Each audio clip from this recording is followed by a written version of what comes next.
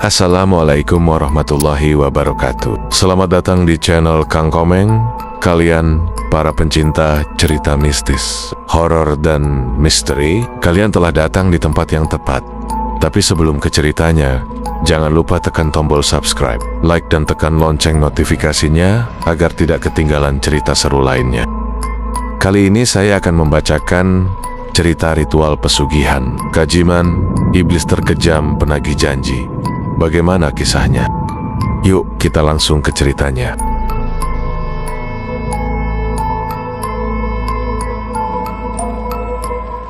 Asya, seorang perawat muda yang baru saja kehilangan ibunya. Asya yang tengah berduka dan berusaha menata hidupnya kembali setelah kehilangan tersebut. Rumah Asya yang sederhana, dengan suasana penuh kesedihan. Ia terlihat sering mengingat kenangan bersama ibunya. Namun, di tengah-tengah ini, Asya mendapatkan tawaran pekerjaan untuk merawat seorang pria tua bernama Pak Ismail yang tinggal di sebuah rumah besar dan tua di daerah terpencil. Pak Ismail dikatakan menderita penyakit misterius yang membuat banyak orang enggan mendekatinya. Saat Asya tiba di rumah Pak Ismail, suasana rumah tersebut langsung memberikan kesan menyeramkan. Rumah itu besar, namun terasa kosong dan gelap. Di dalamnya ia bertemu Rum, seorang wanita misterius yang mengaku membantu mengurus rumah tangga. Rum memperingatkan Asya agar tidak terlalu banyak bertanya dan mematuhi aturan rumah, namun tidak menjelaskan lebih lanjut. Ketika Asya mulai merawat Pak Ismail, ia menyadari bahwa penyakitnya bukanlah penyakit biasa. Ada beberapa kejadian aneh, seperti Pak Ismail yang tiba-tiba berbicara dalam bahasa yang tidak dimengerti dan perilakunya yang berubah-ubah. Selain itu, Asya mulai mendengar suara-suara aneh, termasuk suara yang mirip dengan suara almarhum ibunya, memanggil namanya di tengah malam. Suasana semakin mencekam. Asya mulai menjalankan tugasnya sebagai perawat untuk Pak Ismail. Namun kondisi pria tua itu semakin aneh. Pak Ismail sering berbicara dengan seseorang yang tidak terlihat, menyebut nama yang tidak dikenal, dan sesekali tertawa atau menangis tanpa alasan. Hal ini membuat Asya merasa tidak nyaman, tetapi ia tetap bertahan karena sangat membutuhkan pekerjaan tersebut. Suatu malam, Asya mendengar suara langkah kaki di lorong, meskipun seharusnya tidak ada orang lain di rumah selain dia, Pak Ismail dan Rum. Saat ia memeriksa, lorong tersebut kosong. Tetapi tiba-tiba pintu kamar Pak Ismail terbuka perlahan. Asya melihat Pak Ismail berdiri di depan jendela, berbicara kepada bayangan di luar. Ketika Asya mencoba membawanya kembali ke tempat tidur, Pak Ismail berbisik dengan suara berat dan tidak biasa. Janji harus ditepati. Dia akan datang menagih. Asya merasa merinding, tetapi Rum dengan dingin menyuruhnya tidak mencampuri urusan itu. Rum bahkan memperingatkan Asya untuk tidak mencoba membuka ruangan tertentu di rumah, terutama gudang tua di belakang. Hal ini semakin membuat Asya curiga, tetapi ia memilih untuk diam sementara waktu. Kejadian lain yang mengganggu terjadi saat Asya menemukan sebuah buku tua di kamar Pak Ismail. Buku tersebut berisi catatan tentang ritual mistis, termasuk simbol-simbol aneh yang seringkali dikaitkan dengan pemanggilan makhluk gaib. Saat Asya menyentuh salah satu halaman, ia mendengar suara bisikan yang memanggil namanya. Sementara itu, teman Asa, Rama, yang merupakan seorang jurnalis, mulai menyelidiki latar belakang keluarga Pak Ismail atas permintaan Asya. Ia menemukan bahwa Pak Ismail pernah terlibat dalam ritual pemujaan kajiman. Sosok iblis yang dipercaya dapat memenuhi keinginan seseorang dengan imbalan yang mengerikan. Hal ini membuat Rama khawatir dan mendesak Asya untuk meninggalkan rumah itu. Tetapi Asya tetap bersikeras bertahan karena tanggung jawab pekerjaannya. Asya bermimpi buruk. Dalam mimpinya, ia melihat dirinya berdiri di tengah ritual besar dengan sosok bayangan hitam besar yang berbisik, "Kamu adalah bagian dari perjanjian ini." Asya terbangun dengan teriakan, hanya untuk mendapati pintu kamarnya terbuka sedikit, seolah ada yang mengintip dari luar. Setelah terbangun dari mimpinya yang mengerikan, Asya merasa semakin terperangkap dalam rumah Pak Ismail. Suasana rumah yang semakin menakutkan dan kejadian-kejadian aneh yang semakin sering membuat Asya merasa semakin gelisah. Pintu kamarnya yang terbuka sedikit di tengah malam menambah rasa takutnya, dan ia mulai merasa ada yang mengintai setiap langkahnya. Asya mencoba untuk mencari penjelasan lebih lanjut mengenai kejadian-kejadian aneh yang ia alami. Ia kembali melihat buku yang ia temukan sebelumnya di kamar Pak Ismail, dan kali ini ia menemukan petunjuk penting. Buku itu mengungkapkan bahwa Kajiman bukan hanya sekadar iblis biasa, tetapi adalah sosok yang mengikat perjanjian dengan manusia, menuntut pembayaran dengan cara yang sangat mengerikan. Asya mulai sadar bahwa Pak Ismail terlibat dalam sebuah perjanjian lama dengan Kajiman, dan perjanjian itu ternyata melibatkan jiwa yang harus dibayar dengan cara tertentu. Kondisi Pak Ismail semakin memburuk. Ia mulai berperilaku lebih liar dan tidak bisa dikendalikan. Suatu malam, Asya mendapati Pak Ismail berdiri di tengah ruang tamu dalam keadaan terbungkus kain putih, seolah sedang menunggu sesuatu. Dalam keheningan malam itu, Asya mendengar suara bisikan yang semakin keras, mengarahkannya untuk pergi ke gudang yang telah diperingatkan oleh Rum. Meskipun takut, Asya memutuskan untuk mencari tahu lebih lanjut dan melangkah menuju gudang. Di dalam gudang yang penuh dengan barang-barang lama, Asya menemukan sebuah altar kecil yang dipenuhi dengan benda-benda ritual, termasuk simbol-simbol yang sama dengan yang ada di buku tadi. Asya semakin yakin bahwa rumah ini memang terlibat dalam pemujaan Kajiman. Namun, saat ia sedang memeriksa altar tersebut, Rum tiba-tiba muncul dan melarang Asya untuk melanjutkan penyelidikannya. Rum menjelaskan dengan nada serius bahwa Pak Ismail terjebak dalam perjanjian yang sangat berbahaya dan tidak ada cara untuk keluar darinya tanpa konsekuensi yang sangat besar. Kajiman selalu menagih janji,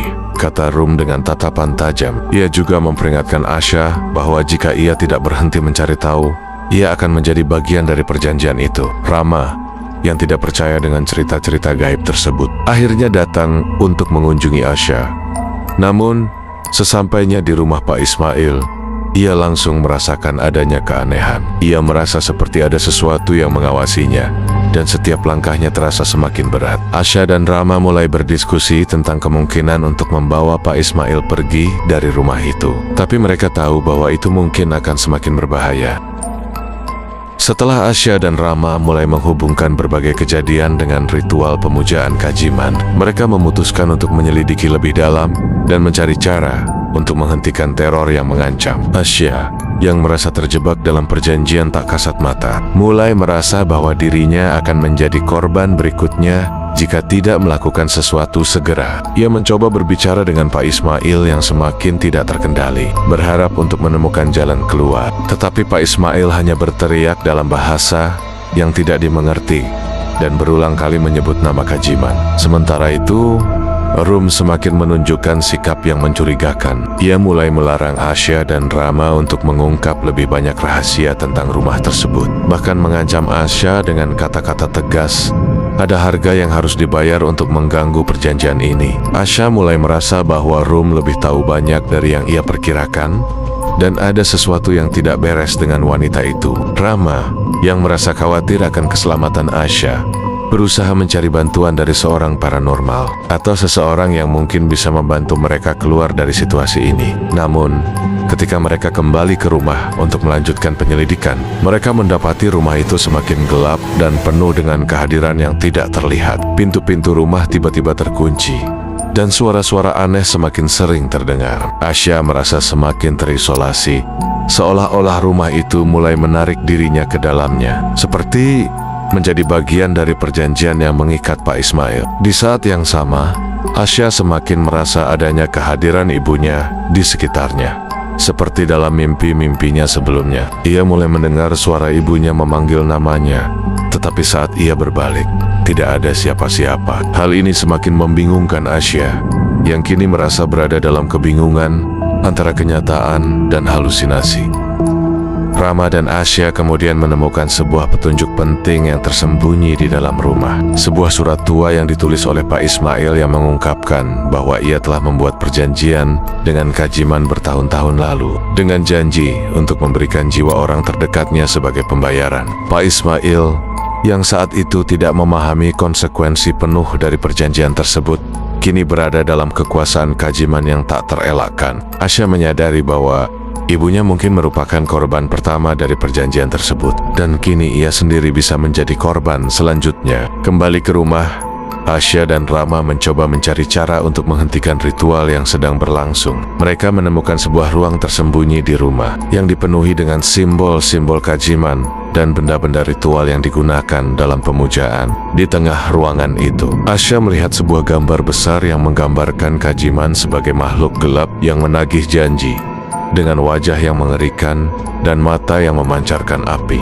Tiba-tiba, seluruh rumah bergetar hebat, dan Asya merasa seolah-olah kajiman benar-benar hadir. Cahaya di sekitar rumah mulai redup, dan bayangan hitam mulai melayang-layang di sudut-sudut ruangan. Kajiman, sosok yang sebenarnya sangat kuat dan berbahaya, akhirnya muncul dalam bentuk fisik yang mengerikan. Asya dan Rama berusaha untuk bertahan dan melawan, namun mereka tahu bahwa ini adalah pertarungan yang tidak akan mudah dimenangkan.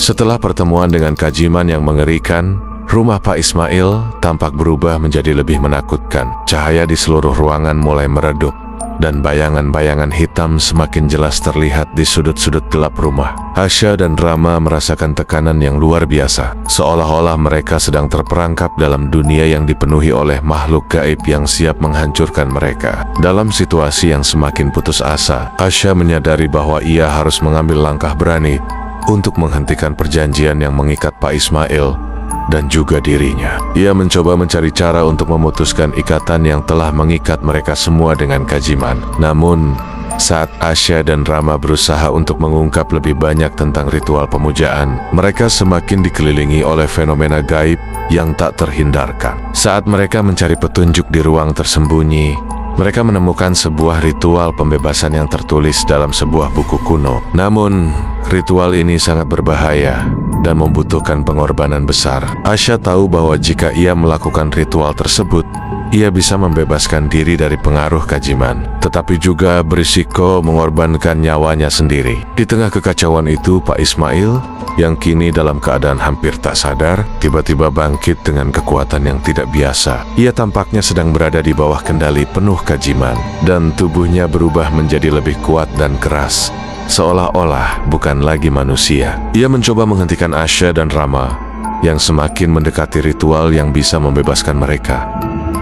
Rama, yang semakin merasa khawatir akan keselamatan Asya, berusaha menahan Pak Ismail yang kini lebih seperti makhluk lain daripada manusia. Dalam keputusasaannya, ia mencoba untuk melawan dengan cara fisik, tetapi Pak Ismail, yang kini dikuasai oleh kajiman, semakin sulit dikendalikan. Asya yang melihat hal ini, merasa terhimpit dalam dilema besar, melanjutkan ritual yang bisa membebaskan mereka, atau mengorbankan dirinya untuk menghentikan teror ini. Tiba-tiba, suara kajiman terdengar menggema di seluruh rumah. Semakin mempengaruhi pikiran Asya dan Rama, kajiman berbicara dengan suara berat dan menakutkan, mengatakan bahwa mereka tidak dapat melarikan diri dari perjanjian tersebut. Kajiman memperingatkan mereka bahwa janji itu sudah ditandatangani, dan semua yang terlibat akan membayar harga yang sangat mahal. Asya dan Rama semakin merasa terjepit dengan rasa takut yang semakin menguasai mereka. Namun,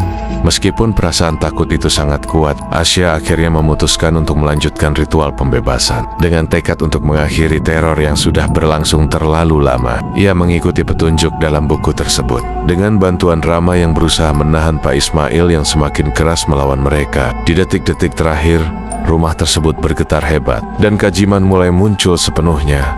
Tubuhnya menyembul keluar dari bayang-bayang, menampilkan sosok yang sangat menakutkan dengan mata yang menyala-nyala. Asya, yang semakin dekat dengan penyelesaian ritual, tahu bahwa ini adalah pertarungan terakhir untuk menyelamatkan dirinya dan orang-orang yang ia sayangi. Asya, dengan keberanian yang tersisa, melanjutkan ritual pembebasan yang sudah dimulai. Meskipun resiko pengorbanan yang harus dia bayar semakin jelas, kajiman yang kini muncul sepenuhnya dalam bentuk fisik semakin mendekat, mengintimidasi mereka dengan aura kegelapan yang sangat kuat. Suara kajiman yang menggelegar, penuh ancaman, memenuhi seluruh rumah, seolah mengintimidasi Asya untuk menyerah. Namun, Asya tetap bertahan. Dengan tangan gemetar, ia melanjutkan ritual sesuai dengan petunjuk dalam buku kuno yang ia temukan. Rama berusaha sekuat tenaga menahan Pak Ismail, yang kini lebih keras dan hampir kehilangan kemanusiaannya.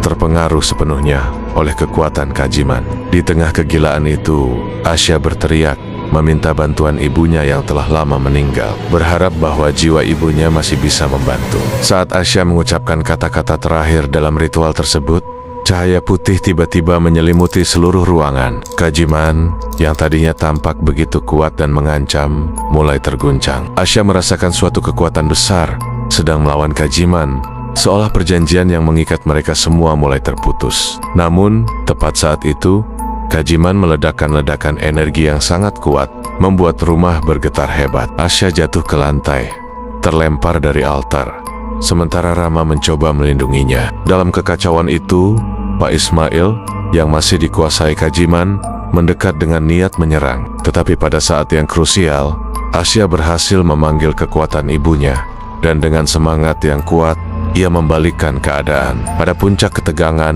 Asya memanggil nama ibunya dengan penuh harapan, dan dengan itu, sosok ibunya muncul dalam bentuk roh yang memberikan perlindungan terakhir. Ibunya membantu Asya menuntaskan ritual dengan kekuatan yang cukup untuk mengusir Kajiman. Kajiman, yang merasa perjanjian dan kekuatannya terganggu, berteriak marah sebelum akhirnya terhisap ke dalam kegelapan, menghilang begitu saja. Rumah itu kembali tenang, dan Pak Ismail akhirnya terbebas dari pengaruh Kajiman, kembali ke kondisi normal, meski masih sangat lemah. Ia terlihat bingung, seolah tidak memahami apa yang baru saja terjadi.